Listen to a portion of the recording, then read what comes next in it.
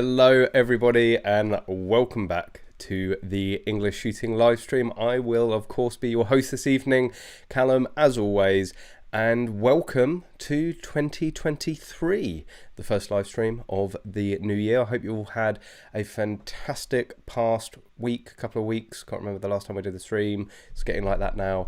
But most importantly, I hope you all had a great New Year's and holiday period, and wishing you all the very best for 2023. So it's the weekly English shooting live stream where we're going to be talking about all the past week's shooting news and topics, and there's some interesting new guns being released out there in SHOT Show. There is some interesting guns that have finally hit UK shores. We've got a little bit about lead ammunition and a few other little bits and pieces that we'll be touching on throughout the live stream. But more importantly, don't forget to get involved. Use that chat box, ask questions, have your opinions heard. If you agree, let me know. If you disagree, let me know why. And of course, hit that like button, and if you're enjoying these streams, if you're enjoying the channel, hit subscribe. It does really make a difference. Like, the majority of people that watch these videos aren't subscribed, so why are you watching and not subscribing? So hit that subscribe button, hit that like button, and if you want to become part of the crew, the only ES fans, then you can join that, and that will help support the channel as well. So, and I just want to say, you know, are you even a super mod, Paul, if you don't come to every stream? I mean, at least Daniel comes to every single stream.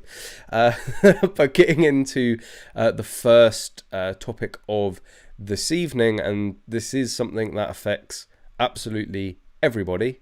It's the HSE lead ban, which we've had some sort of good news, I guess, good news about, which is that it's going to be extended, or the review process is going to be extended by 6 months. And this is the media statement that was released today from the health and safety executives, the ones conducting this investigation, this restriction dossier, the everything around to do with banning lead, the consultation. These are the guys that are sort of fronting that at the moment.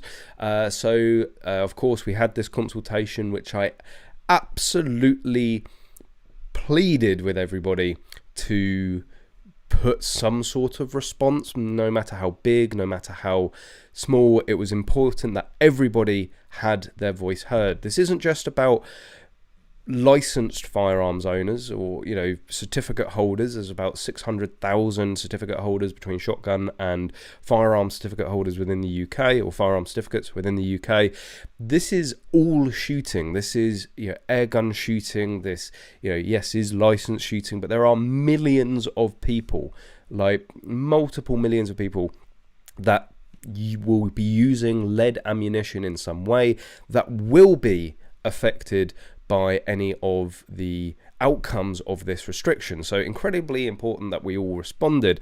And I had a little bit of a glimmer of hope, a optimism that, oh my God, we've finally done it. We've finally inundated one of these consultations, because as you start to read it, a consultation under UK reach on restricting the use of lead ammunition has had an overwhelming response since its launch. And that sounds, again, you're thinking there are millions of people that this affect, and it was shared far and wide, probably not shared far and wide by the big organizations, but there was a lot of other smaller, let's say, organizations, just like English Shooting, that we were going on and on and on. I'm thinking, well, for it to be an overwhelming response, it affects millions of people. It's going to obviously be a lot of people then that has responded. We could be talking tens of thousands, if not hundreds of thousands, if not potentially even over 1 million. Finally, we've got off our backside, and we've had our voices heard. Great Britain's workplace regulator, the health and safety executive, is therefore moving the expected date of publishing its opinions along with a response to the consultation by 6 months due to the high volume of responses submitted. So, the HSE is no small organisation.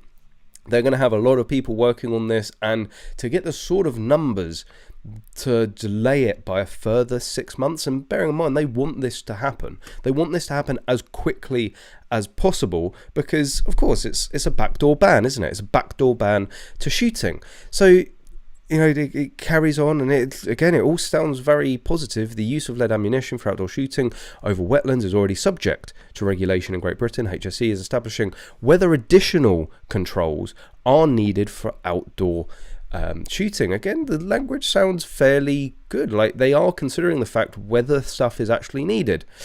The agency has received 2,759 responses. Like, have we learnt nothing? Like, honestly, have we learnt nothing?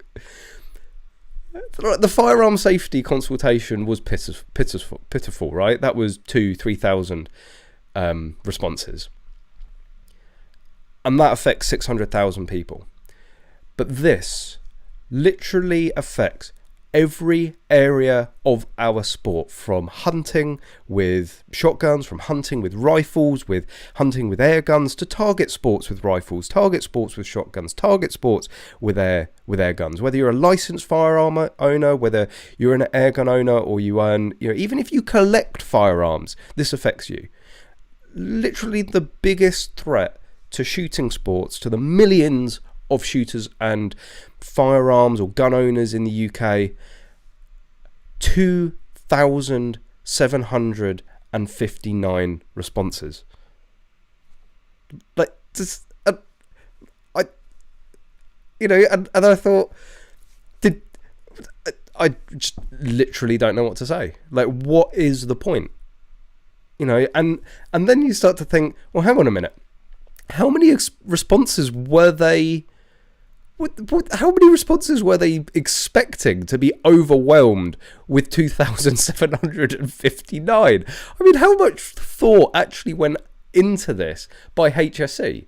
Oh, you know, how many license holders are there that have firearms that all use lead ammunition? Well, about 600,000. Okay. And how many people out there use guns that aren't licensed that also use lead ammunition? Oh, well, there's millions of air gun shooters, and the estimates range from anywhere from like 2 million to 7 million, depending on what agenda the Home Office or the government has at that given point, whether it works in their favour for it to be less or works in their favour to be more. But you're talking millions, right? And I would say it's fairly, I think at a conservative estimate, 3 to 4 million people within the UK, right? That has literally just taken me, 10 seconds to work out. 3 to 4 million people that this is going to affect. What would be a pie in the sky figure that you would think would be a reasonable response rate? 1 in 10 of those people, 1 in 100, 1 in 1,000. Like, and I get the response is shockingly low, and maybe that's exactly what they were expecting. Maybe they looked at all the other consultations and go, this group of hobbyists, these groups of professionals that like their firearms and like their shooting, literally couldn't give a toss what we do, so we're going to expect maybe 1 or 2 responses. And maybe it did take them by surprise. Maybe they thought they were trying to sneak this under the radar and nobody would notice. I mean, if you look at the amount of posting and publicity the likes of of Basque and the NRA did, then you could be forgiven for thinking that. But out of something that affects millions of people, they are seemingly massively overwhelmed by 2,759 people. Like, you just have to really call into question how fit for purpose HSE actually is. They can't even, they get overwhelmed by that small amount of people when it affects, I'm like actually quite ashamed of this community. I am ridiculously ashamed of everyone that saw this and then went, oh, no, somebody else is going to do that. Right? The video has on the channel has a few thousand, right? A few thousand views. The live streams, they get a few thousand views, right?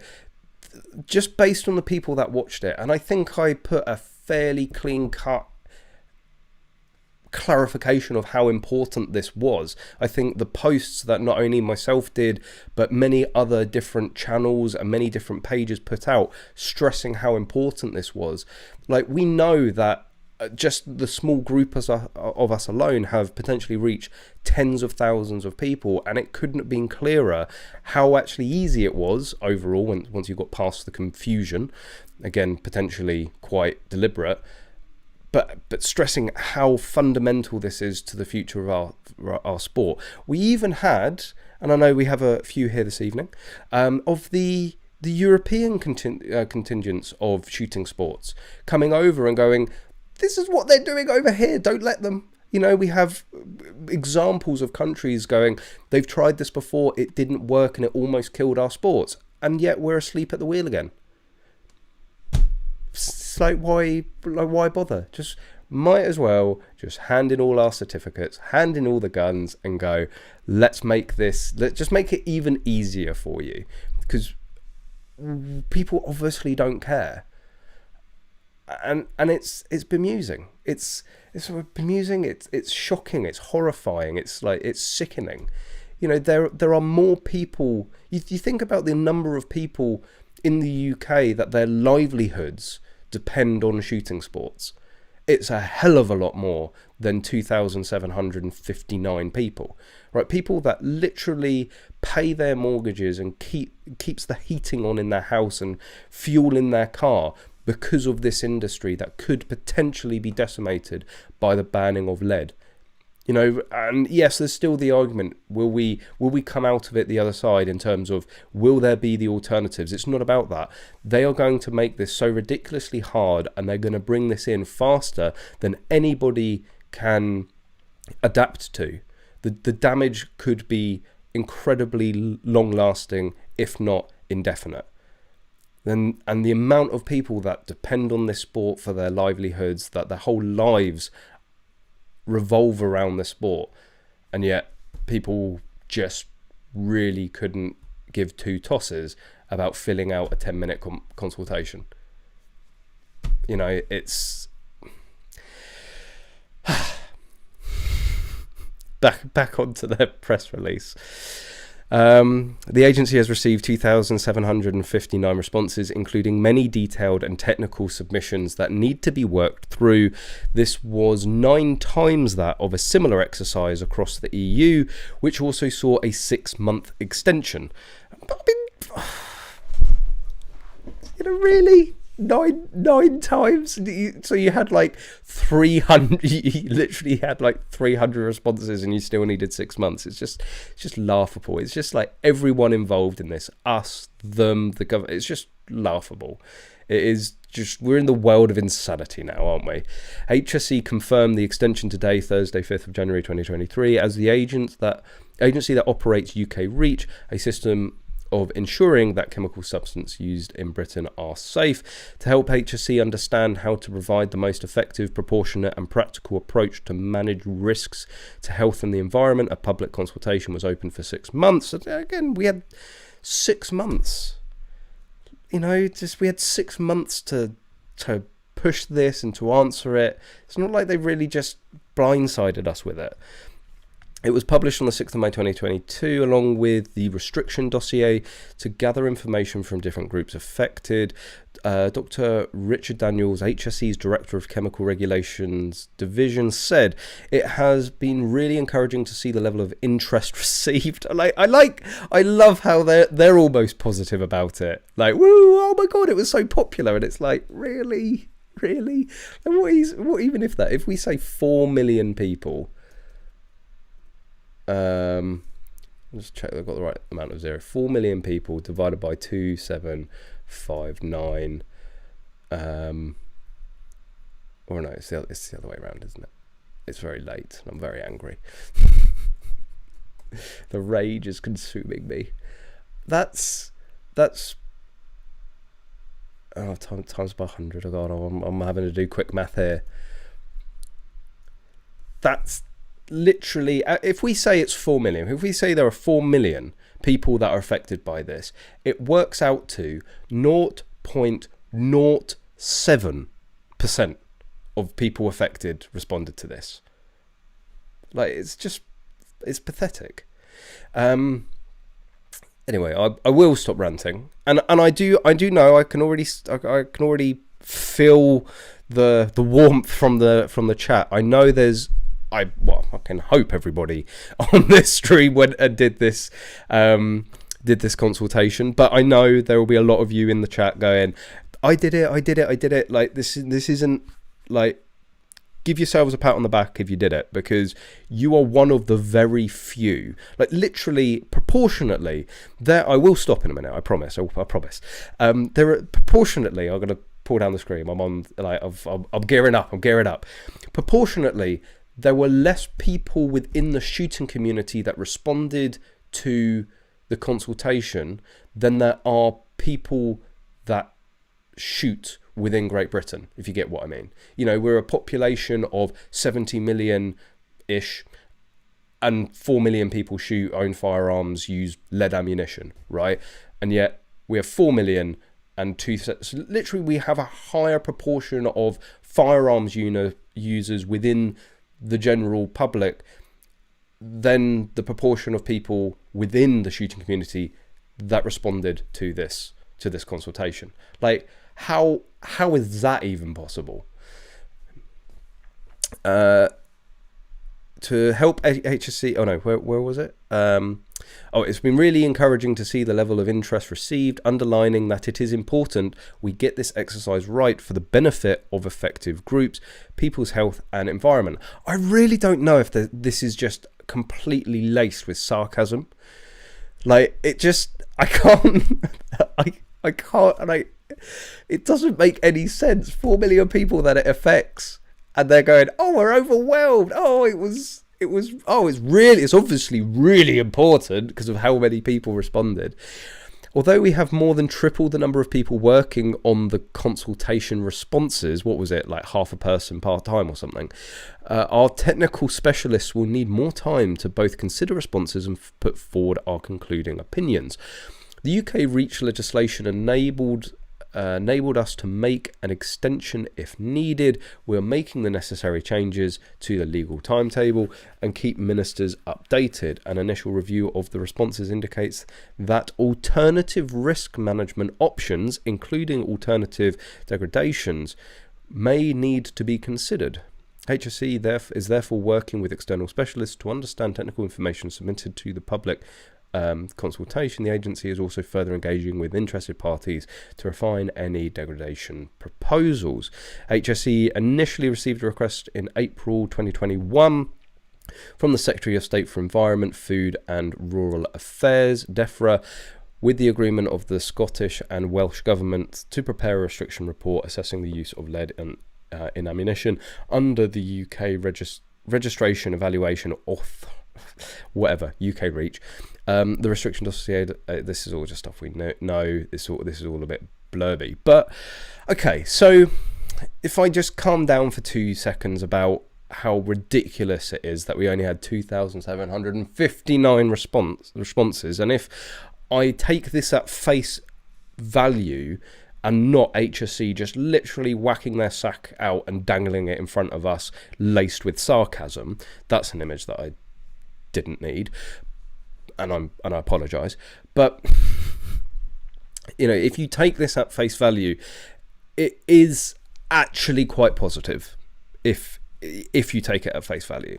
So they're saying that as far as they're concerned, they had a surprising amount of responses. Don't ask me how, I whatever, but they've had an incredible amount of response. So it's highlighted to them actually how important this is. And that was the main whole reason of why it was so important to have as many people as possible respond to this consultation. It means that anybody watching now, anybody that went and filled out that consultation because of this channel, because of the video explaining how to fill it out, your submission is actually far more significant than actually I think like myself or anybody else would have guessed. You know, you're one of actually a very small amount of people, And the significance is therefore multiplied per submission. So instead of being one person out of tens of thousands or hundreds of thousands, you're one of only a few thousand. So anybody that did go and fill it out, thank you. Like, obviously you do care, like, so, and that is appreciated, because it's seemingly been at least enough to really, I still don't, it still makes absolutely no sense to me, but it's been enough for them to sort of wake up and go, oh, okay, this is actually going to affect a lot of people. We need to take this really seriously. You do have to ask, weren't they doing that previously? Like, you know, oh, nobody cares. There's only like Farmer Bob out in the field shooting. He doesn't mind. So, you know, that is a positive sign if you take it at face value, that, you know, that they've had maybe a bit of a reality check of, you're going to have a lot of very, very pissed off people. It would have been nice if they were blown away by 3,000 people. I mean, again, I'm going to go getting angry again. If they had to delay this by 6 months because of 3,000 responses, like, imagine if 100,000 people responded to it. Right, that's why it was so important. Okay, we've been able to buy ourselves an additional 6 months, but we could have bought ourselves years. And that's the main issue with this lead restriction, the main issue with them coming after lead, and the main issue with Bask just throwing everybody under the bus for seemingly no reason at all, apart from inflating game prices for their partners. The main reason of, you know, putting this response was to highlight to them how many people, and to delay them. In delaying them, or the big issue, the main issue is this transition period. That's what everybody is talking about, right? Bask were like, yeah, bring it on, yeah, whatever, we're all ready, right? Complete absolute mess, because we weren't ready. And even though COVID has delayed stuff, even though we're actually a few years down the line more than what we thought we would be, still nobody's ready. That's why it was imperative to try and delay this and put it back off. That is what, like, you know, I think the writing's on the wall. We are going to end up partially, completely, whatever, moving away from lead. That's where the intention is. And when the largest shooting organisation within the country looks up and advocates for that, then the writing's on the wall. It's going to happen. I don't think necessarily we could ever realistically fight the transition away from lead, but the people in the know, the people in the industry know that we are far away from having suitable alternatives, far away from having alternatives not only that are suitable and similar in performance, but that are affordable and obtainable. That is what will be the death nail. The death nail won't be moving away from lead. It will be the industry, and it will be the manufacturers not being able to transition fast enough. And that's why I'm still continuously angry with Bask with what they did. Are they right? Probably. Should we be moving away from lead? Probably, right? You know, the lead, get into that discussion. Yeah, okay, let's just for one minute accept that you are bang on the money. We need to do it. It is the right thing to do, right? But you know how these people work. Why would you give them that? Even if you know that's like, they're never reasonable and logical and rational with us, right? Look at the Mars, look at the lever release. There was no logic with that at all. No signs that they were desirable for criminals. No cases of them ever being used. Yet they tried to ban them. You had people saying that the effective range of a 50 cal was 7 miles. This is the sort of game that they play. And our organisations are just not prepared or equipped or just capable of getting down there in the sandpit and playing the game with them. Bask should have been an absolute wall of silence with them, saying no. They should have been, this is a backdoor ban, we're not ready, don't do it. Meanwhile, privately, because they love their private closed doors meetings, they should have been getting everyone together and going, look guys, we're going to try and hold them off as long as possible. But you really need to get the fire under your ass and really get to work on this, because it's coming. We can only hold back the floodgates so long. Instead, they went and opened the door. That is what is going to, if this goes ahead, and it does go ahead too quickly, which is what everyone's saying is going to happen, which everybody is worried about, then that is what is going to cause massive difficulties for us across the board with this sport. Having said that, again, trying to be a little bit more positive, an initial review of responses indicates that alternative risk management options may need to be considered. This might be, I can't fully understand if this is necessarily good or necessarily bad. I want to be hopelessly optimistic and say that this is good. They are, in the way I'm reading it, and correct me if I'm wrong on this, is that actually it has been brought to their attention that there may be alternative risk management options instead of banning it, instead of restricting lead. So this could be, perhaps for once, like like a government organisation, HSE, is going to look at this scientifically. They're going to look at it logically.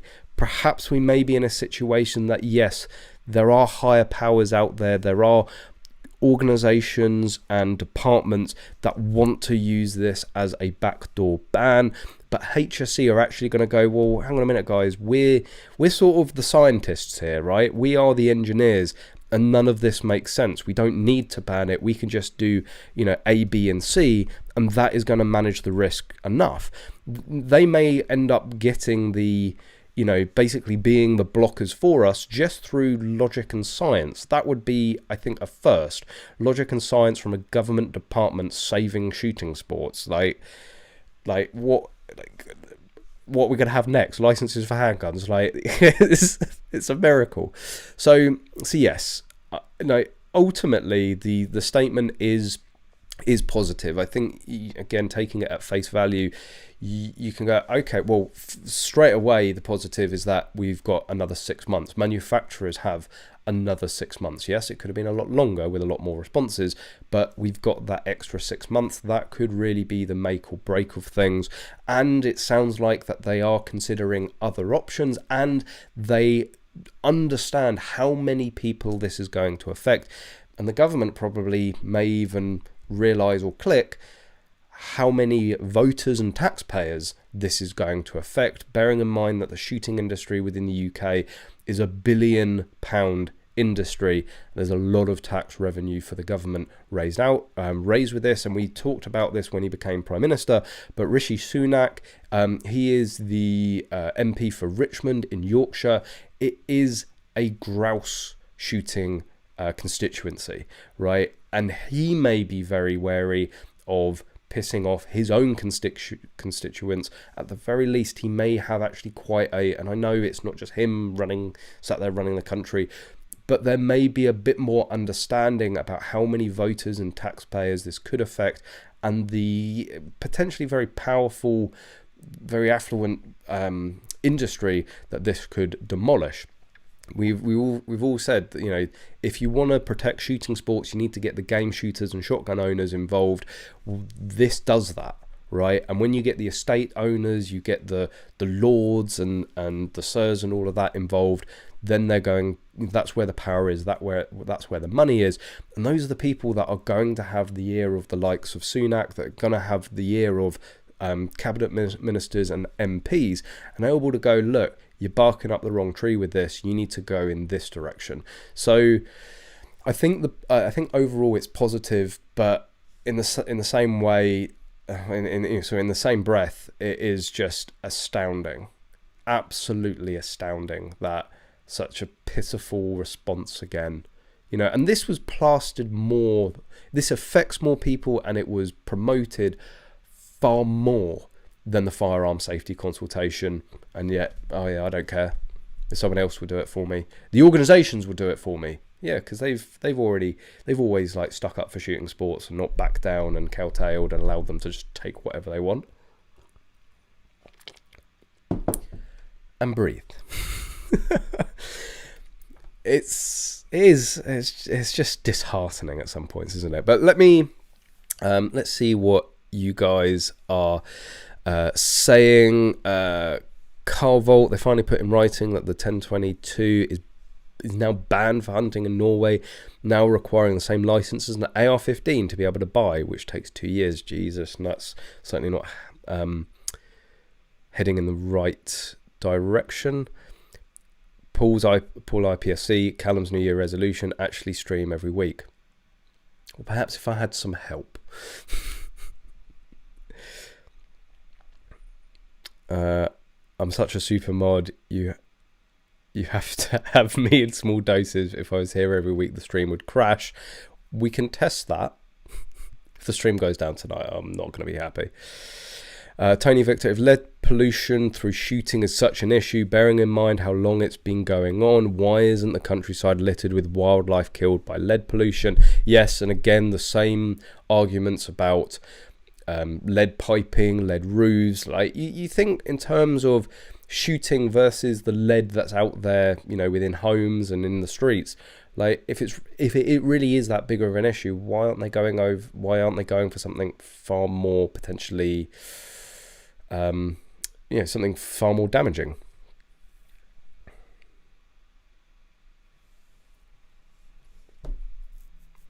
Richard Wayne, if 2,759 responses put them back 6 months, imagine what 100,000 responses would have done. I think I took the words out of your mouth, but yeah, absolutely. Mark Lawton, 2 of those responses were from my family. I mean, we were talking about it today, with Paul. Like Paul said his dad did it, he did it, maybe even his brother did it, I did it, I think Connors did it. And you think actually, like, I would love to see the list of people that responded, and there's probably like a scary amount of people that I would recognize their name from. But why is it always this sort of small group of people that seem to be trying to protect the entirety of the sport? Like,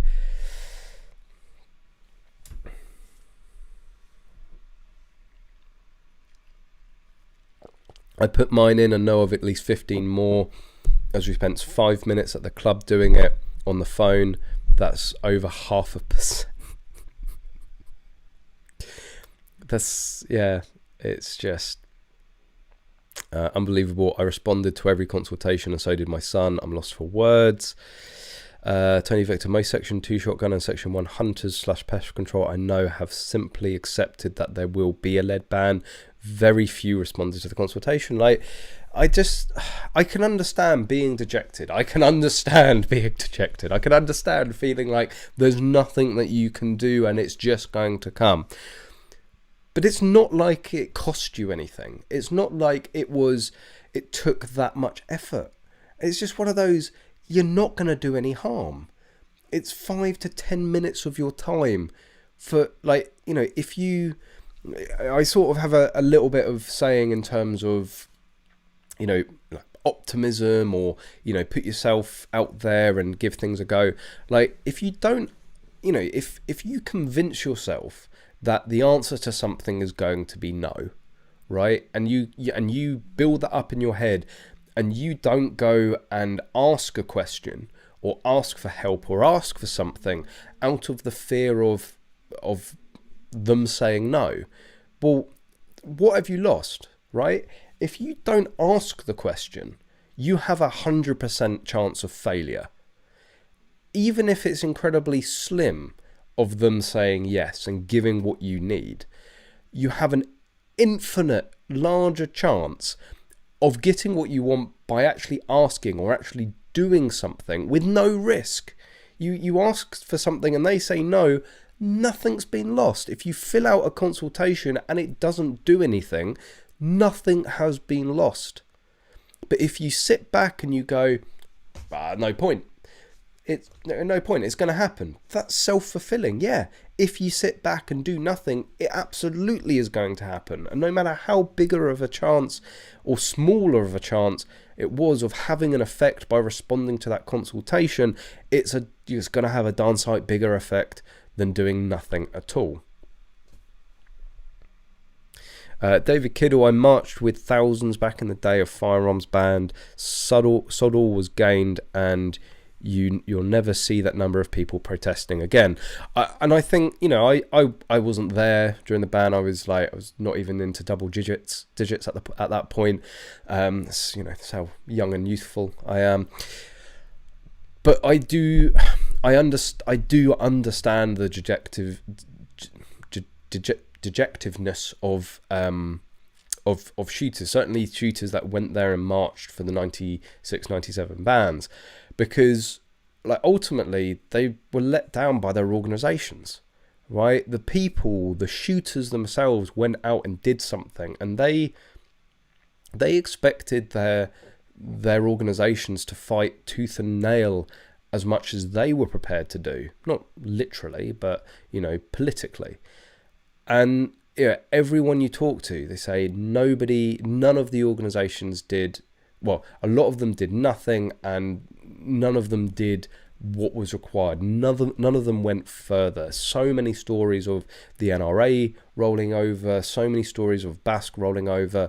And I think that's ultimately why we won't see those sorts of numbers in a march again, because people have been there, they've done that, they've got the t-shirt, and then they were let down by their organisation. So wait a minute, that sounds incredibly familiar.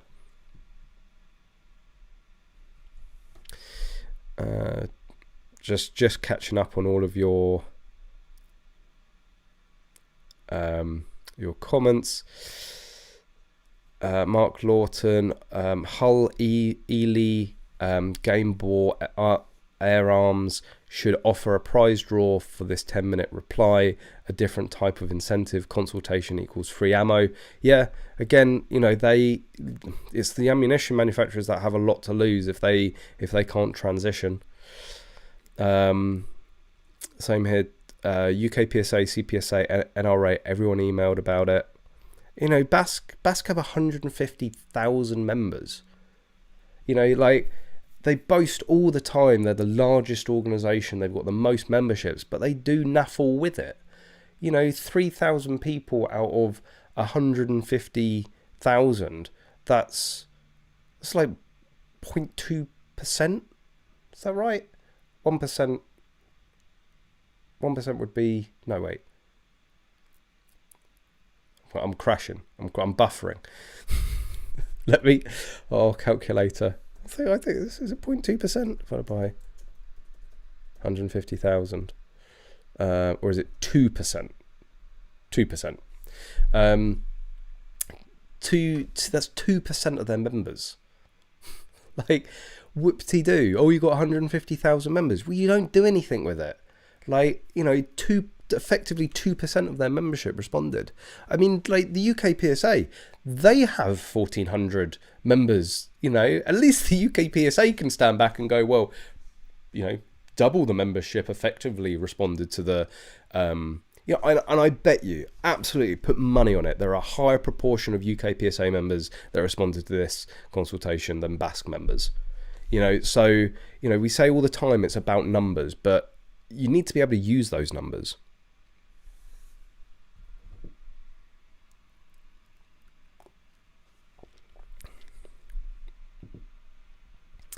Aaron T, it's easier for shotgun cartridges to transition to lead-free, as in birdshot, but that still leaves buckshot, slugs, and rifle ammunition that's screwed, and airgun pellets. Most of that stuff is from the US. Cole Volt, remember to like the stream. I know it's a ranty one, but you guys like the ranty ones. Like, don't deny it. Don't sit there and go, oh, Callum's off for one again. That's why you tune in. I know the analytics. If I put out a talking head video of me ranting about something, I can spend hours, days crafting beautiful masterpieces of shooting videos. I sit and rant for 10 minutes, 10 times the views, 10 times the likes, 10 times the engagement. So I know you like to pretend you don't like it. So like the stream, I'm given as good as I can in terms of ranting this evening. Arian, did someone ask for a mod? I think I'll stick to editing. That's probably wise, and I'd much prefer you editing than Paul. I've seen his editing.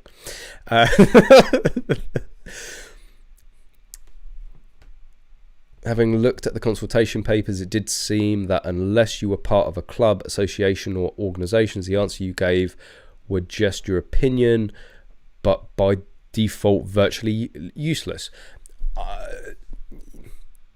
That is certainly the impression that a lot of people got, and a lot of people spent a significant amount of time saying, no, that is probably tactical. Are they going to look at Basque's response in more detail than, Farmer Bob? Probably. But it's also about what the response ends up exposing. It can be that one person that has that one bit of research or is able to demonstrate something that nobody else has thought of or has been able to put into understandable terms, that the HSE reads that and go, oh, hang on a minute, that's a really good point.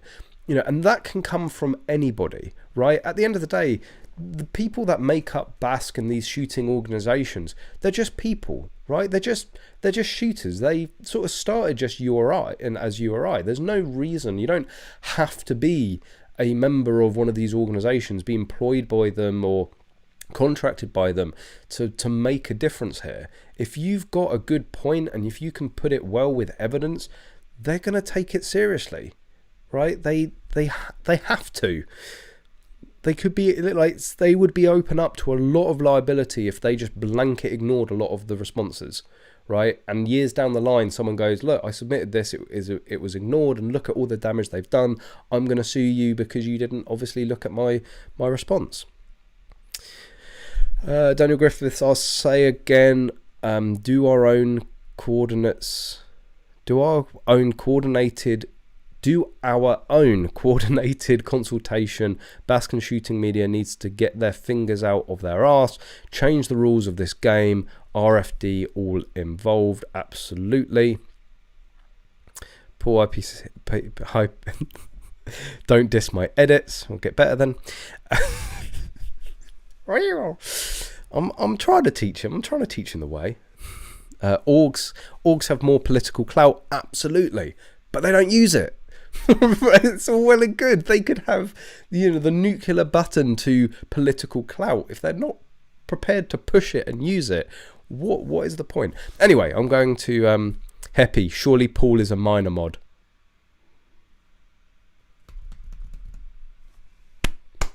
How is it taken? No, you have not. You have not unlocked major now. You are still very much in minor power factor. It's Paul the minor mod. I like that. See, the thing is as well, he thought he was a major mod. He thought he was playing by the rules in the game of major mod. But it turns out that when he gets checked, he's minor. Anyway, he's probably not going to speak to me tomorrow. Anyway, let's look at a gun. instead of me going off on one. This is when everyone switches off, right? We're not here to look at guns, we're here to have rant and be disgruntled. So something that potentially could be very interesting, right? And from everything that I can see is going to be UK legal, and I've seen this posted in a lot of groups out there, is the Para-Ordnance Factory's Tombstone. Patriot Ordnance Factory's Tombstone, a 9mm mag-fed lever action. Introducing Tombstone, the first magazine-fed production 9mm action rifle ever made. Now I'm just going to stop him there, right? Because as far as I'm concerned, this is the first lever action mag-fed 9mm. That's right, it's the Brits outperforming, out-innovating the Americans once again when it comes to firearms. Like, You all know it. You all know that you want a British-made, you want a British-made gun. You want British design more than you want American. We are the true innovators out there, right? Everyone else just pretenders, right? Imitators. So yes, this has been around now for quite a while. But yeah, they're making big, bold claims. I mean, it's like, okay, it looks. This is more of an AR, right? In terms of, and I don't think they're necessarily. The AR pattern. I don't think they're necessarily claiming it to be AR.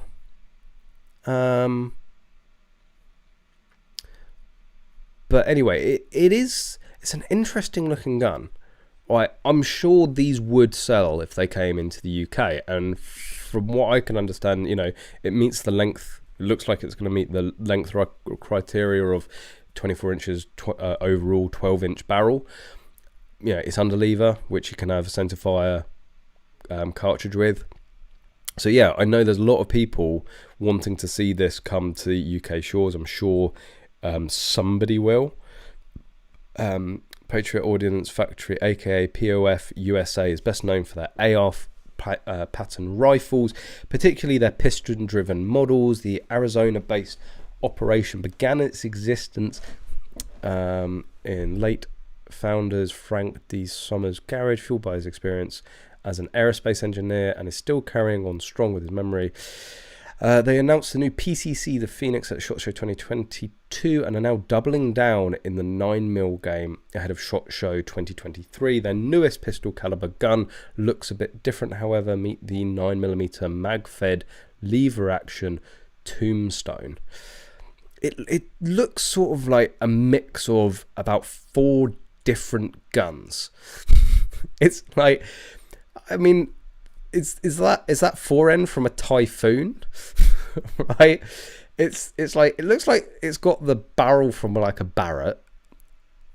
It looks, it's like it's got a aftermarket stock from a 870. I don't know what is going on with that action. Like, it's certainly different. Now I love it, like, when there's different guns. I like things that don't look like anything you've seen before. And that certainly ticks the box. That magazine, like, you're either gonna love it or you're either gonna hate it. There's gonna be no in between. There's gonna be nobody that looks at it and goes, yeah, take it or leave it. It's gonna be, oh my god, burn it with fire or get in my safe. Tombstone 9mm is a POF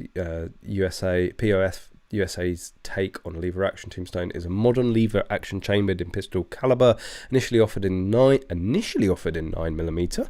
The rifle comes with the same proven 20-round standard magazine or optional 10-round that accompanies the POF USA Phoenix. The Tombstone's compatible over length is just 36. Yep. So, and the barrels, it's going to come with a 16.5-inch free floating. So yeah, 16.5-inch barrel and a 36 overall length. Perfect. Would be nice if we can have the 10.5, but maybe with a muzzle brake that might make it. Take on the lever action, revolutionizing the original design through radical approaches and enhancement. You want to talk about radical approaches and enhancements. To me, the one thing that I will give the Tombstone over the Southern Gun Company 9mm lever action is I much prefer the look of the lever on this. Like, that looks to me a lot more comfortable, a lot more space, and probably quicker, right? Oh no, that's for in a minute. But the big benefit of this is that it's like AR, right? I'm pretty sure. It's an AR grip. I'm pretty sure AR safety, probably AR trigger, AR stock, buffer tube, most likely 4Ns as well. So, and Glock magazines, like, okay, in the UK they're probably not as plentiful, but certainly in the US, the Glock mags would be far easier to get hold of, and people would already have them. Free float fluted barrel, ghost ring sights, 20-round magazine, 2-port muzzle brake, half cock hammer position. It's certainly different. I mean, like, I'd add one to the collection. One interesting note is POF USA's release info is the detail that this is initially, see, I picked up on that as well, offered in 9mm. This would seem to suggest that additional models in other calibers could be on offer in the future. This might mean a 45 ACP, 10mm, maybe even a recent rimfire version or something else. Time will tell. Yeah, so what do you think of it? Is there anybody that's going to rush out if it makes it over here to the UK? Is there anybody that's going to rush out for it? Oh yeah, we haven't even talked about the price. What are people saying? I could see a lot of people. It's $2,000. So £2,500 when it gets here. David Kiddle saying 3K. You'll pay 2Gs for a Marlin at the Mo. Rather pay 2K for the Marlin. But then you say that, how much is the, because these things aren't cheap, the Southern Gun Company. Just give me a price. Guns. I like guns. Oh, okay, it's not going to give me a from. Let's quickly build one. 120 quid sold. So I'm gonna need that action. Oh, that's instantly. You're gonna need a grip. That is what is going on with this website. An upper is definitely going to be useful. Oh, the price is going up. Let's pick a Bogo standard trigger, even though you're probably going to want to drop an hour gold in that or something. Buffer tube. Let's just go something bog standard. Sort of gonna want that. Don't necessarily want the plate. You're gonna need a stock. That's always Jesus. They're charging £93 for an MOE buttstock. What? That's extortionate. I'm going to add it. You still need a stock. Let's even go for the cheapest barrel. None. No barrel, please. Don't need that. I'm going to throw the rounds. Let's just go plain, no break. And anything else? Handguard, yes, they're usually... Oh, they've got... How can they charge 36 for that, but like 100 quid for an MOE stock? I mean, okay, it is the Bogo standard one, but let's just go for that as well. Optics, that's, you know, and you probably are going to need a magazine, and even though that's cheaper, you're going to always go for the biggest one, aren't you? No, because you're going to drop an optic on that. I mean, we're at £2,000 already, right? And you're going to need a magazine release, right? Again, that's usually pretty, and the safety, yeah, that's pretty handy as well. So literally the Bogo standard build from, and that's sort of looks only a mother could love. Although actually a bit, I don't know. When you look at that, and you look at that, I don't know. I'm sure there's going to be people on one side that love the look at that and hate that, and vice versa. But still, you're looking at £2,000. And actually, if you go through there and you put the options that everybody would, let's do that. So £2,000 is basically the bog standard price for one of those. But you go through and like you're going to want a better trigger. Buffer tube, stock. Yeah, people are probably, let's go for including moderator. Oh, that's pretty cool. Let's go for the fluted with a brake. Yeah, that's better. Handguard, and I mean key mod, like, hello, it's 2023. I mean, I'd probably end up going and getting another handguard, but let's put one of these on just as a representation, even though key mod. Yeah, so instantly that's jumped up 600 quid. You're going to want to buy, okay, comparatively, let's not get into the magazines, but I would spec it with an ambi, and I would spec it with an ambidextrous this. That's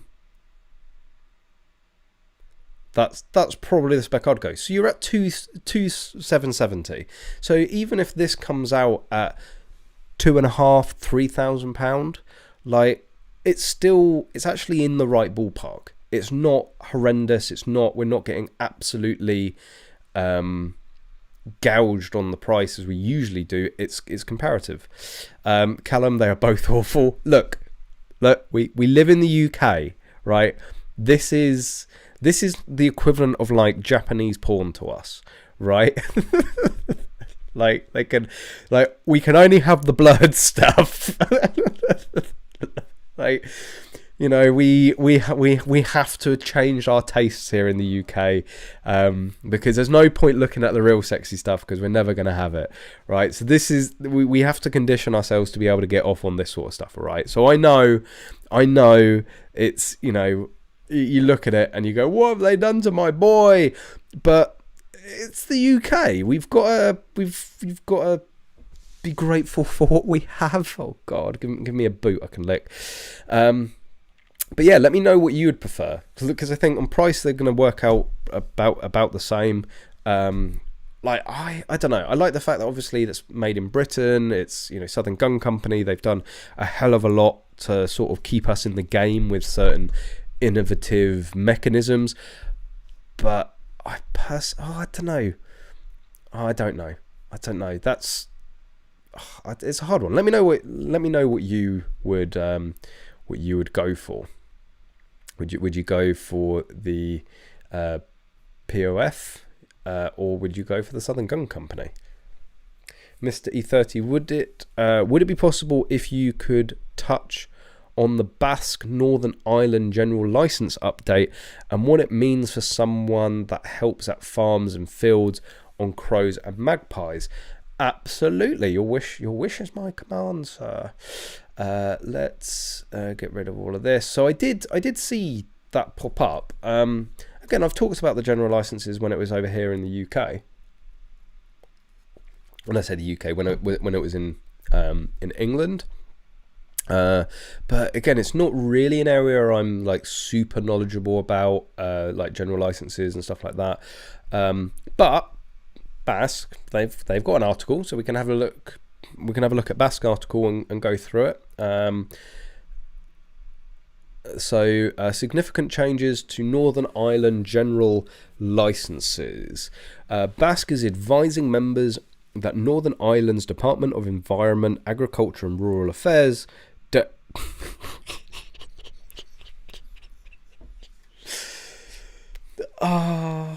like, you know, because we have DEFRA, right? We have DEFRA, they have DERA. Like, it even sounds Irish, or Northern Irish. Has made significant changes to a new. Sorry to any Northern Irelands. I do have family out in Northern Ireland, so I'm with you. And of course, you've got Nitsa out there, so, you know, mad respect. Has made significant changes to the new set of interim general licenses. The licenses introduced from 1st of January 2023 run through the end of February 2020. What? So it will run for a month. Then the license have been updated following a consultation and are only running for a couple of months as stakeholders engagements continues. The main changes are as follows. Herring gull, lesser blackbeard, full great beard gull, staring gull have been removed from the general licenses. License TBG for the purpose of preserving public health or public safety applies to pigeon and jackdaw. License TPG2 for the purposes of preventing spread of disease and preventing serious damage to livestock crops now applies to hooded crow, jackdaw, magpie, rook, feral pigeon and wood pigeon. License TPG3 for the consultation of wild birds applies to hooded crow and magpie and is restricted to use in breeding seasons between the 1st of March and 31st. There are additional conditions which must be observed prior to use on protected sites. Advisory material has also been added to the general licenses. Tommy Main, Basque Northern Ireland Director, said, first and foremost, members need to make themselves aware of the changes prior to using them. During this interim period, Basque will continue to engage with DARA to ensure their is evidence to back up these changes and that the licenses are easily understood and workable. The failure to permit the use of the general licenses on a Sunday is a missed opportunity by DARA to assist farmers. So the failure to permit the use of the general license on a Sunday is a missed opportunity by DARA to assist farmers, gamekeepers and conservationists in maximising the benefit of the general licenses. BASC will continue to push for this change.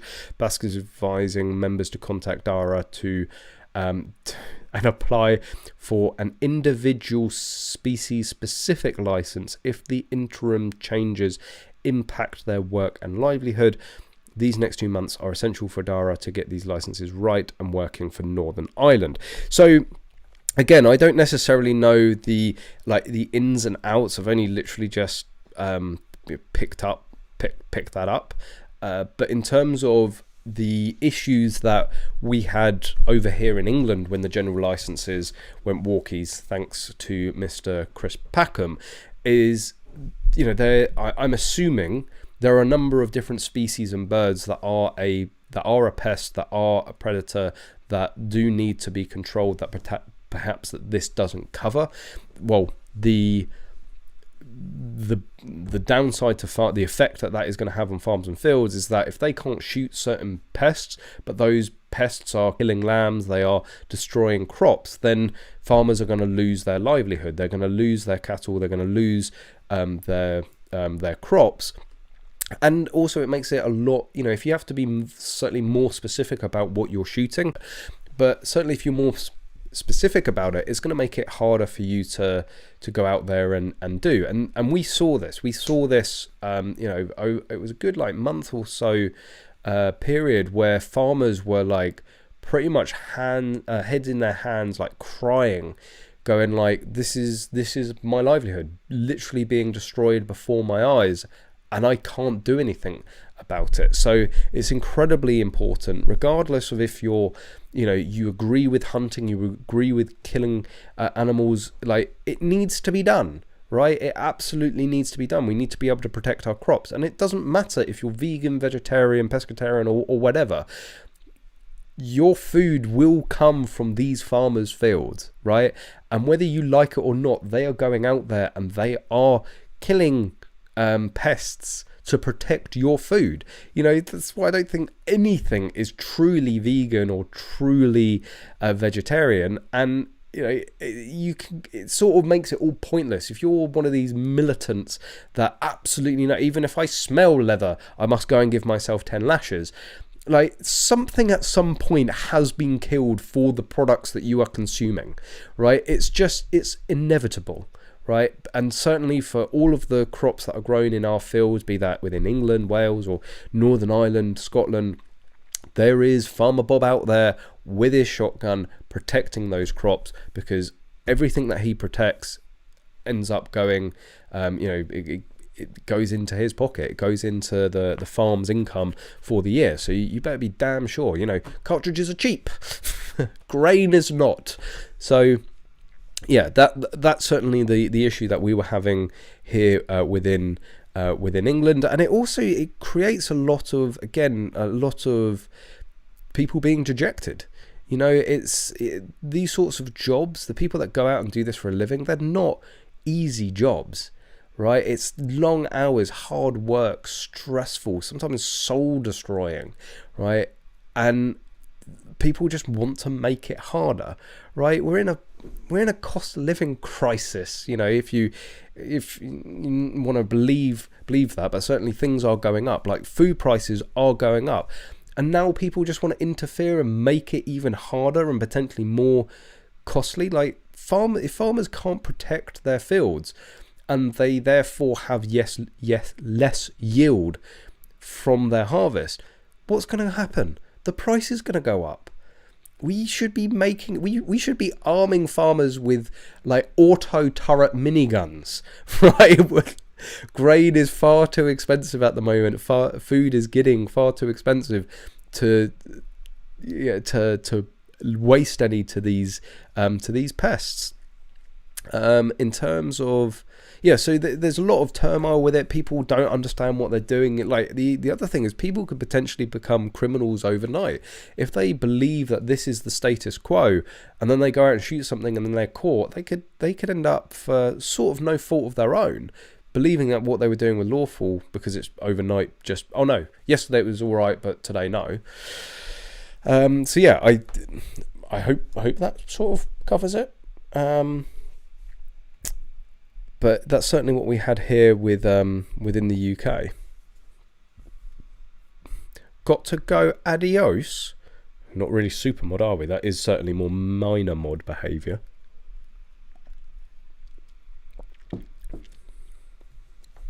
Go test any electrical cord for lead and tell what you find. Who uses lead bullets? Who uses lead bullets these days?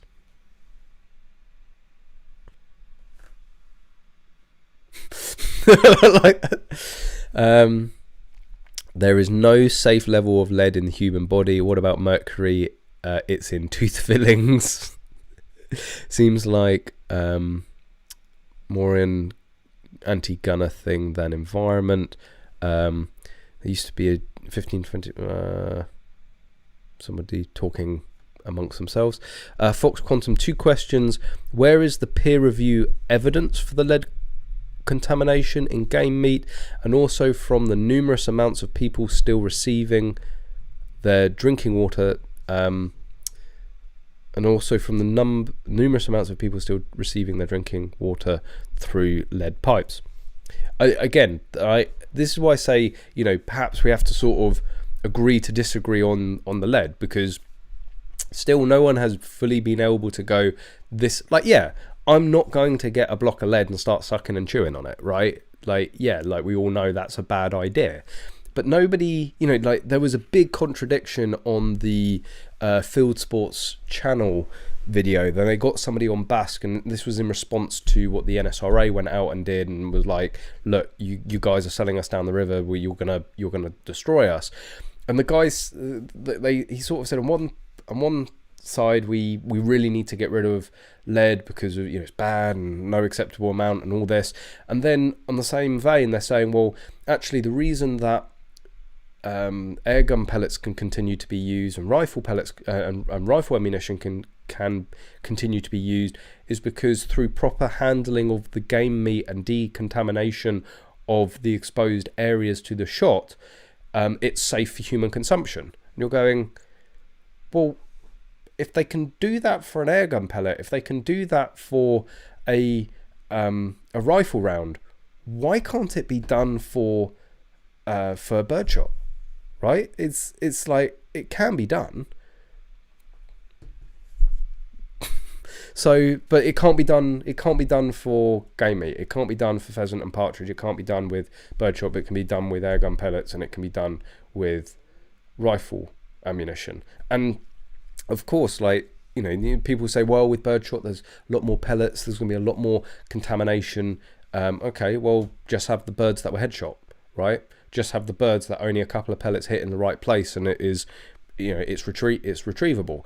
But then also, you know, airgun pellets and rifle pellets, they deform, right? They splinter off, and you end up with loads of little bits. So I don't know why suddenly it's safe for rifle and airgun, but it's not safe for birdshot.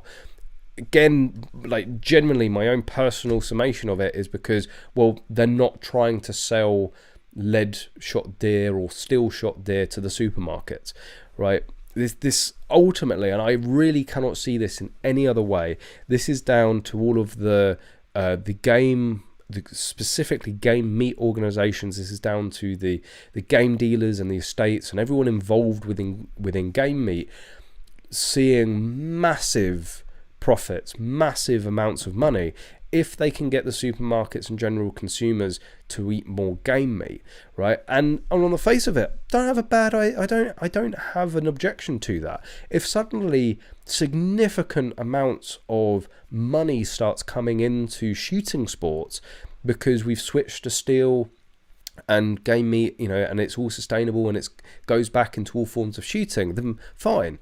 But it won't, right? It will be the estate owners, it will be the game dealers, it will be the organizations that want their cut. Those are the ones that are going to benefit, and the grassroots shooters, certainly within target sports, are going to see absolutely no benefit at all. That's why, as predominantly as a target shooter, it's so infuriating, because we're not the problem here, right? All of our lead is literally shot into the same place repetitively and can be recovered, yet we're the ones that are going to end up getting penalized because you want to be able to sell more game meat for the supermarket.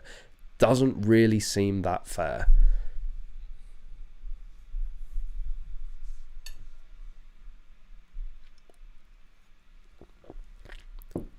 Mr. E30 on my FAC, crows, magpies, vermin, so that means I'll need an additional license.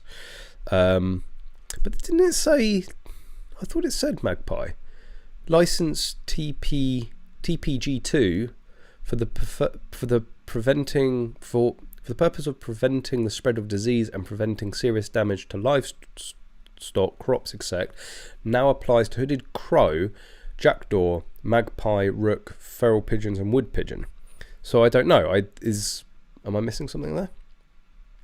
Aaron T, did the HSE say anything about exemptions for target shooters, sort of like California where it's still allowed for target shooting? No, that's all very speculation at this point. That's what everybody has been waiting for this response for, is to see actually how far they're going to go, how much of shooting sports, not just hunting, is going to be affected. But yes, we do. The general feeling is that there is, like, target sports is still going to be allowed to continue, but there's probably just going to be more restrictions and more costs for ranges in terms of how lead is recovered and how lead is how lead is handled and processed and reclaimed. Anyway, more positive stuff and more gunny pics. The Korth revolvers are now here in the UK. I am really disappointed that we didn't have a Christmas delivery from Cotswold Classic Arms to the Magload HQ, because both myself and Connors are absolutely dying to get our hands on one of these. But they are now here. Now, to be honest, I don't know a huge amount about Korth, but everybody seems very excited about them. What a lot of people have said is that these are absolutely top level, like next level, like competition revolvers. And I like the Chiappa, and I know there's a lot of fans of the Taurus, but we don't have like well, okay, there's like the Rude Fat Dog 686 Smith & Wesson. But they are on extraordinary lead times. They are a custom-built gun, and they are very, very expensive. Of course, they're also very, very expensive, but it is more of a factory gun that you can sort of just buy off the shelf and buy a lot quicker, effectively. But this is a competition level revolver, which is, again, it's just expanding the sport here in the UK. LBP seems to be growing, and revolver division seems to be growing. And what a lot of people have speculated is that you should be able to competitively shoot this here within the UK and then go abroad and shoot in high level competitions, sort of, on a level playing field. So obviously we can't do that with an LBP because there's no like international competitions with LBPs, and plus they're very unwieldy. Okay, an LBR still is, but a revolver is potentially more unwieldy to begin with. But there are a number of people that I know their plan is to get one of these Korth revolvers and then go use it in international competitions. And you might say, okay, it's got the long barrel, it's got the long rod, isn't that just going to hinder you? But what's more important actually is the training and familiarity with the gun. If you take a really good, well-trained, you get a good shooter with a gun that they are incredibly familiar with. Even if the gun isn't the highest performance gun out there, they can still go and do very, very well.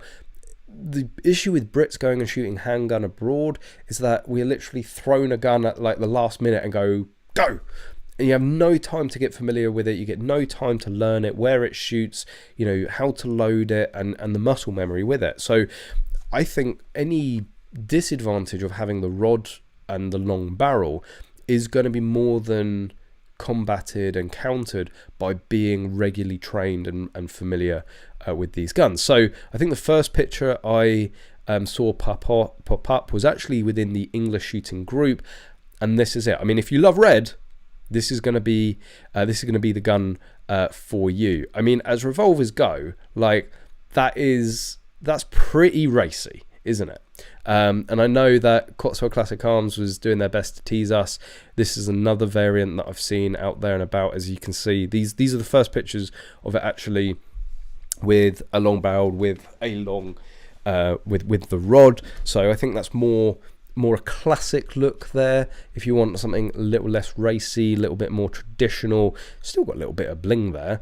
And there's also quite a lot on Firing Solutions. So I believe the only two people stocking and selling these at the moment is Cotswold Classic Arms and his Firing Solutions.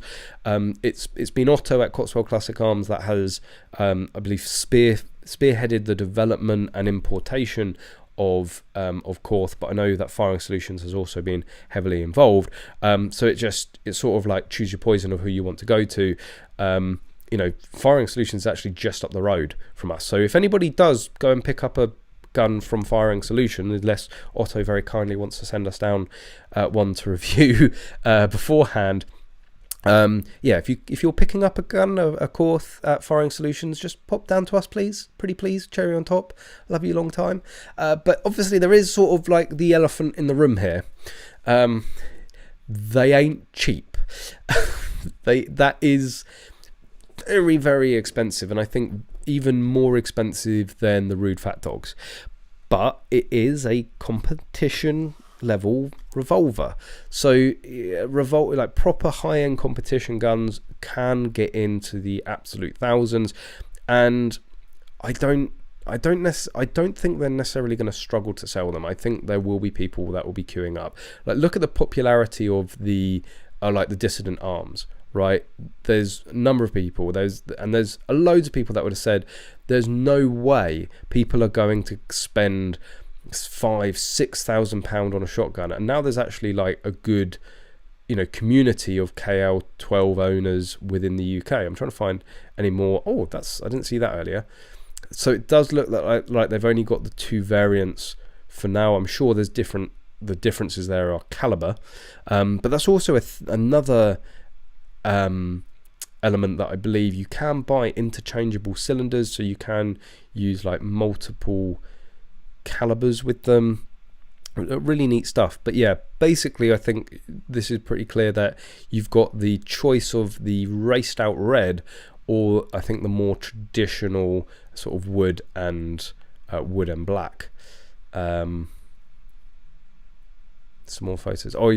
There's some more variants. So that one's, you've got silver trigger, silver hammer, sort of silver accents. That one's got gold. So yeah, there is a little bit of variety. So Firing Solutions and Team Korth UK are pleased to bring you some of the best UK legal long-barreled revolvers available in the world. We stock all models in all calibers, as well as dedicated to providing UK shooters with the best equipment. So we've got caliber 44 Magnum 6-shot. I think this is just, I think there's more options. Okay. Korth, let's go and have a look. Korth revolvers. Okay, so there are actually quite a few different options. You've got 44 Magnum, 357 9mm, 357. Oh, they do have a number of different ones. I mean, £1,000 for a new cylinder. Like, it's not cheap, is it? That one. So you've got a blue. That is a completely different design. UK barrel specification. Yeah, I think maybe that maybe that with white accents. So yeah, there's quite a few different options, but the price is pretty steep, isn't it? Like, and there's no getting around that. You're 5K, but then you don't have the options, right? And bearing in mind, like, the Chiappas are still like 1,500-1,600 quid. Okay, that's like a third of the price, but you know, if you want something, I think that is competition, actually internationally competition ready. Like, the Chiappa is not a competition gun. People use them as a competition gun. I mean, even the Taurus is not a competition gun. And the RØDE Fat Dogs, again, I think start about 3,500, if not more. So when you're talking a proper competition gun, it's not unusual to see these pretty big prices.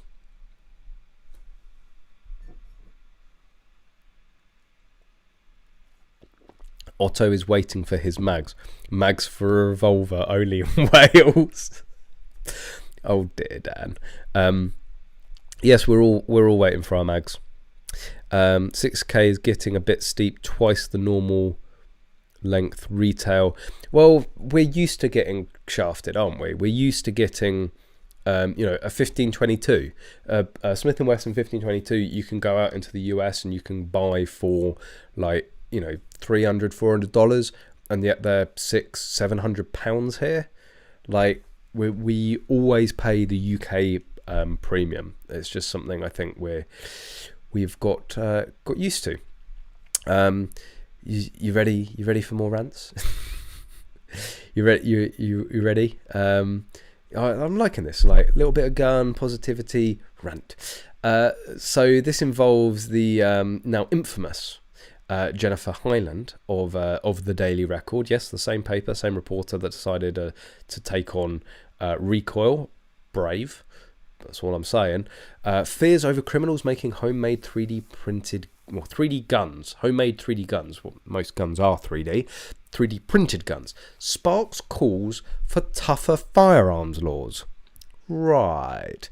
High-grade plastic weapons can now be manufactured using a 3D printer for as little as £200 using developments in computer-aided design. I think that's maybe an oversimplification, but it's technically not wrong. But this is what this is the face, like, she has absolutely no idea, continuously demonstrates a complete ineptitude to understand firearms law and basic firearms principles. Campaigners have called for firearms laws to be toughened up to clamp down on criminals making 3D printed guns in their own homes. So how are they going to toughen up? And just FYI, that's not what it looks like. Right? So how are we going to toughen up firearms laws to solve this problem of 3D print? Oh, I nearly lost my does that need tightening up or something? It's a bit floppy. How are we going to tighten up firearms laws to combat 3D printed guns? Okay. Having the schematics of a gun without the proper authority licensing certification is illegal. Having the means to do it with the intent to do it, regardless of the manufacturing process, is already illegal. Being in possession of an unlicensed firearm without authority, regardless of how it has been produced, how it has been brought into the UK, whatever, is already illegal. Using a firearm without a certification, without being in possession of one and using one without a certificate is already illegal, right? Having a handgun that without a Section 5 authority is already illegal, in terms of actual handguns, not our handguns. What are they going to do? Make it doubly illegal to print a gun? Oh, if he was found here with, an off-the-shelf Glock 17 9mm, you'd get 5 years in prison. But because we found a 3D printed one, you're going to get 10 years. And this is the problem. And I'm sort of in a way pleased that people are picking up on the fact that this is a bigger problem. And they have even called out in this article, despite the fact that they've gone and used the Liberator, which is God knows how old at this point.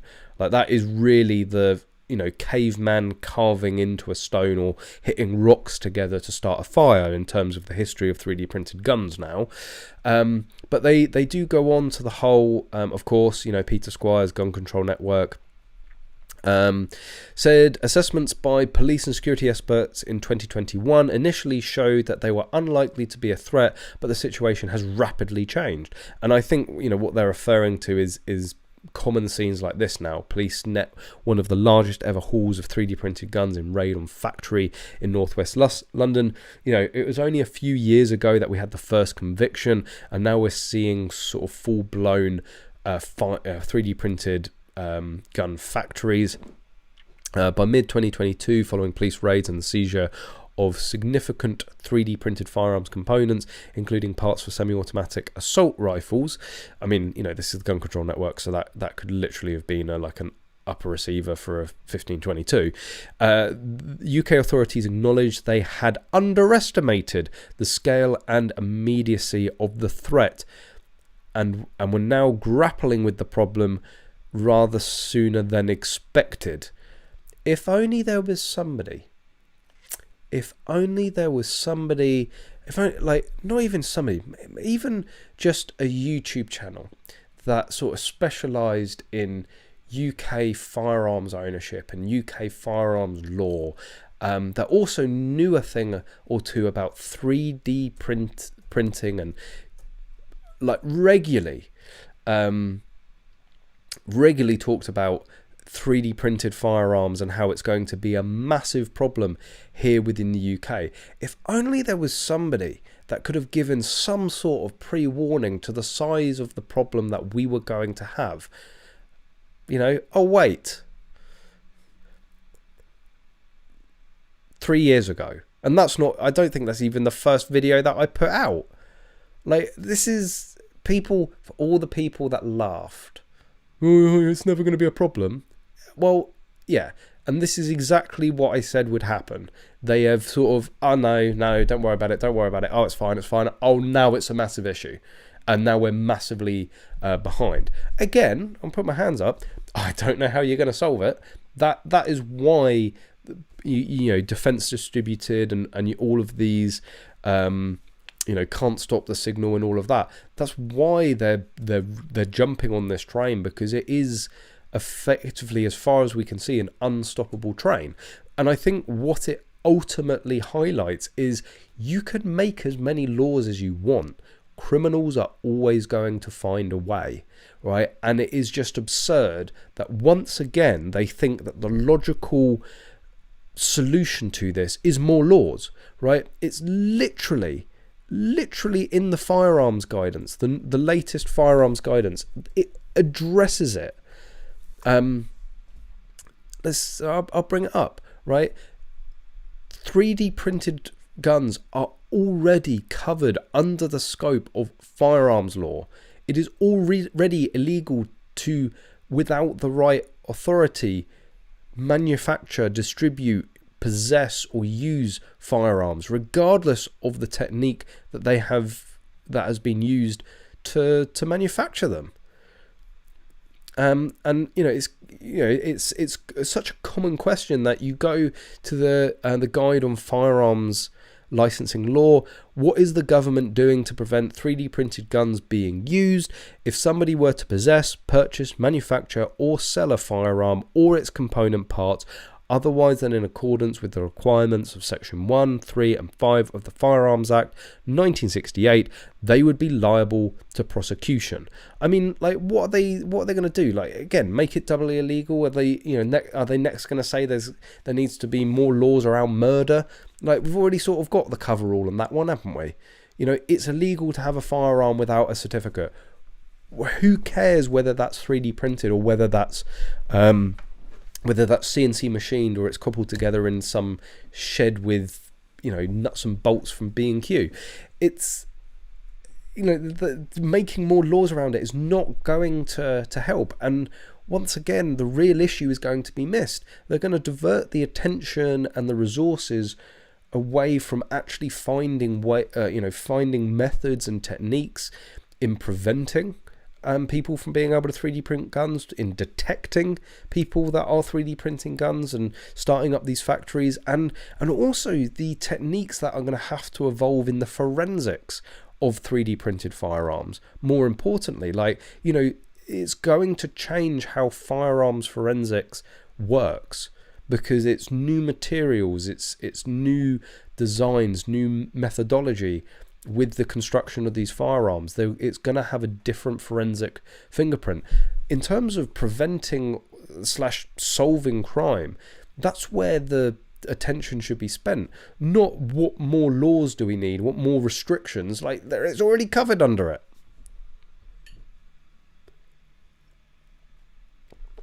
Aaron T, how did that journalist react when he walked into the gun shop when you did the Times article? It's a little bit of a side, a little bit of a sidetrack. Shocked.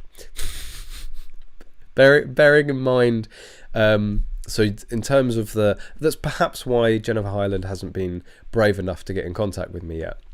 I have a reputation. So yeah, Sean O'Neill of the Times was writing various articles, very infactual and incorrect articles. He ended up getting in contact with me and was like, you know, I want to talk to you. And I'm like, okay, I've got an idea. So we ended up, I think we had about 3 or 4 different cameras, and there was, how many people? 1, 2, 3, 4, 5, 6, 7. There were at least 7 people literally behind the counter in the shop. So he walked in, so I went out and met him and thought, yeah, come on in. And he walked in, and there are 4 cameras, lights, and like 8 people there. And then I did see that, I saw that split second sort of, should I stay or should I go? Like, it was beautiful. And I think that put him on the back foot for the entire time. Like, personally, that's the way that we need to approach these journalists, is expose actually how idiotic they are, how ill-informed they are, and how they are in no way, shape or form an authority on these subjects and shouldn't be listened to. Furthermore, you know, all they are trying to do is better their careers here, to try and get the attention of bigger newspapers so that they can promote themselves up the ladder. But if you expose the shoddy journalism that they're doing, like, the big papers aren't going to want to touch them. You know, like, it's like, well, hang on a minute, why would we hire you? Like, you did this article and got your arse absolutely handed to yourself by some YouTuber. Like, it doesn't look good on their CV. But yeah, you know, apparently they're now 3D printed firearm experts.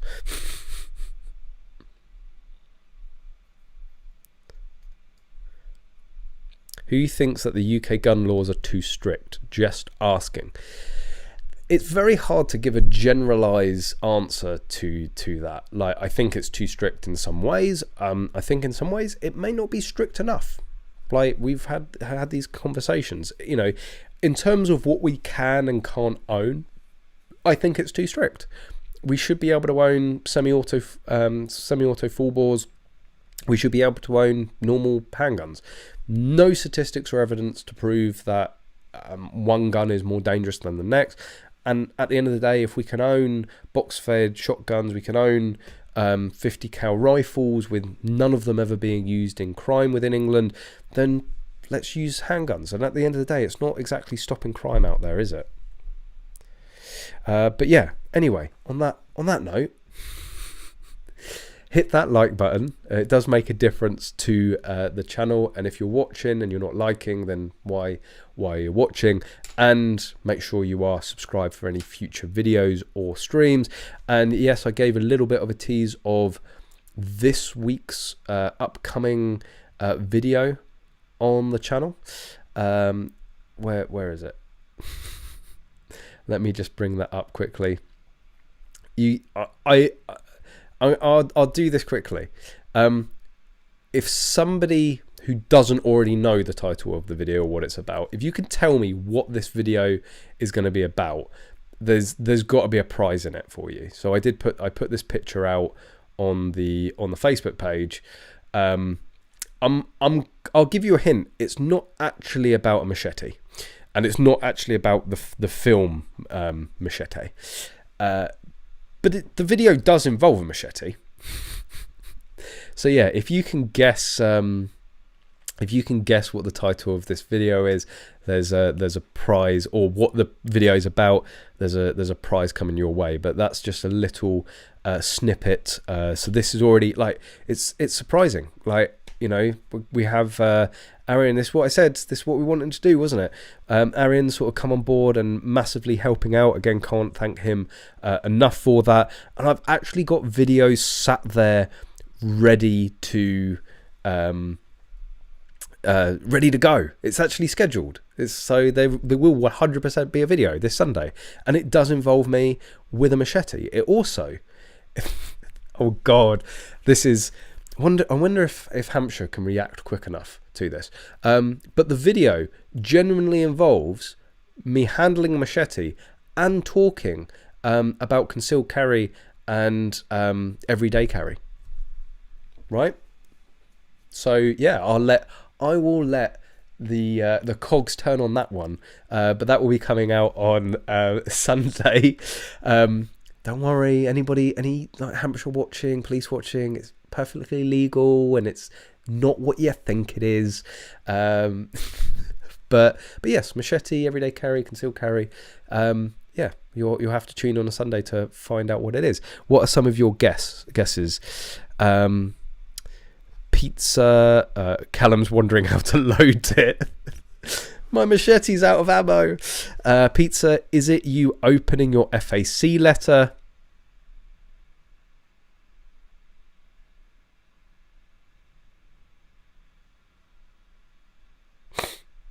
No. But actually, maybe that's what I need to do. I have a number of ideas of what the video will be when I get my FAC back. It's got to be something pretty fucking. It's got to be pretty spectacular, hasn't it? But yes, is it you opening FAC? Do these people who want more laws and regulation think that criminals give a damn? They probably do. That's why they want them.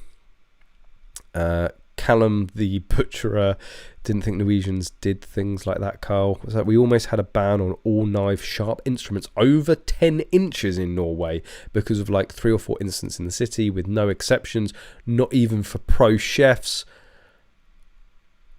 Jesus, could you imagine that? Oh yeah, I've got my chef license for my long knives, my long bladed machete, I think was one of the best comments from that picture. Is it titled Basque Machete Pigeon Soup? Unfortunately not, but I do need to do that. Maybe that's this year's April Fool's taken care of. What I'm actually hoping is my FAC arrives sort of like mid-March, and that gives me enough time, and it's enough time to do this, but also like not long enough that I get impatient and just say. But I'd love to do the double sort of fake April Fools, April the 1st. Oh yeah, I got my FAC back, and ha ha ha ha, April Fools, and then literally the next video is me going around buying guns, which I can already do because I'm a servant of an RFD. So figure that one. You're too dangerous to have a firearm certificate, but RFD fam, you know. So yeah, anyway, none of you are even close. So you'll have to tune in on Sunday to see that. But I am off ski. Thank you very much for joining us this evening. I hope you've all enjoyed it. I hope you all have a fantastic week. Video coming out this Sunday, and we will be here next Thursday, same place, same time, for the weekly English shooting live stream. But there we go. Thanks for all getting involved. Glad you enjoyed it. Hit that like button. Make sure you are subscribed, and of course, as always, guys, hope to see you soon.